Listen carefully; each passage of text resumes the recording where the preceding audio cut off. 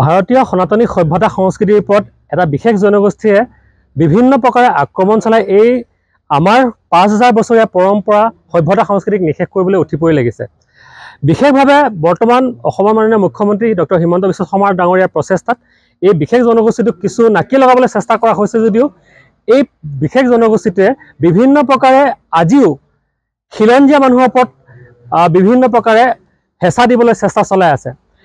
আমাৰ এই সনাতনী সভ্যতা সংস্কৃতিৰ যি 5000 বছৰীয়া ইতিহাস আছে, এই ইতিহাসক নতুন প্ৰজন্মৰ মাজত পৰিচয় কৰাই দিয়াৰ উদ্দেশ্যে আমি এইবাৰ জন্মাষ্টমী মহোৎসৱৰ লগত সংগতি ৰাখি প্ৰত্যেকখন বিদ্যালয় মহাবিদ্যালয়লৈ গৈ নতুন প্ৰজন্মৰ যুৱক যুৱতীসকলক আমাৰ পৰম্পৰা, আমাৰ সভ্যতা, আমাৰ সংস্কৃতিৰ সৈতে আমি চিনাকি কৰাই দিব বিচাৰিছোঁ। আৰু সেই উদ্দেশ্যে গুৰুকুলত কৃষ্ণ কথা শীৰ্ষক এই বিশেষ অনুষ্ঠানটো আয়োজন কৰা হৈছে।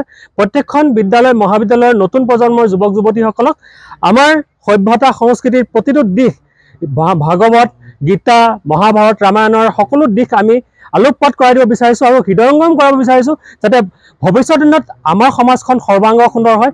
প্ৰত্যেকেই গীতাৰ শ্লোক, ভাগৱতৰ শ্লোক এইসমূহ হৃদয়ংগম কৰি আমাৰ এখন সৰ্বাংগ সুন্দৰ সমাজ গঢ়াত সকলোৱে আগভাগ লয়। সেই উদ্দেশ্যে এই গুৰুকুলত কৃষ্ণ কথা শীৰ্ষক অনুষ্ঠানৰ আয়োজন কৰা হৈছে। বিশ্ব হিন্দু পৰিষদৰ গুৱাহাটী মহানগৰ সমিতিৰ সৌজন্যত আমাৰ উত্তৰ পূব প্ৰান্তৰ নিৰ্দেশত আমি ডিমৰীয়া এটা প্ৰখণ্ড আমাৰ নতুনকৈ গঠন হৈছে আৰু সেই গঠন হোৱা প্ৰখণ্ডৰ দ্বাৰাই আমি ইয়াতে অৰ্থাৎ সোণাপুৰত ভগৱান শ্ৰীকৃষ্ণৰ জন্ম মহোৎসৱ আমি পালন কৰিবলৈ গৈ আছোঁ ছেপ্টেম্বৰ মাহৰ 12, 13, 14 তাৰিখে। আৰু এই উদ্দেশ্যে আমি বহুতখিনি কাৰ্যসূচী হাতত ল'ব লগা হৈছে এইকাৰণেই যে বৰ্তমান আধ্যাত্মিকভাৱে শিশুবিলাকক বিশেষকৈ আমাৰ নৱপ্ৰজন্মক উদ্বুদ্ধ কৰিবৰ কাৰণে আমি বিশ্ব হিন্দু পৰিষদে এটা বিশাল কাৰ্যসূচী লৈছোঁ। আৰু যিটোৰ কাৰণে আমি বৰ সৌভাগ্যৱান যে সোণাপুৰৰ ৰাইজে আমাক বিপুল সমৰ্থন বা সহযোগিতা আগবঢ়াইছে।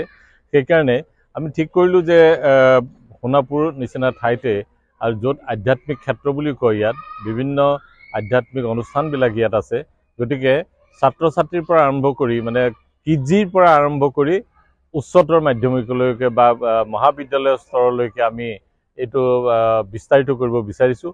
সেইকাৰণে ভগৱান শ্ৰীকৃষ্ণৰ যাতে প্ৰচাৰ প্ৰসাৰ আৰু গুণানুকীৰ্তন সকলো ঠাইতে হয়, তাৰ কাৰণে আমি এই ব্যৱস্থা হাতত লৈছোঁ।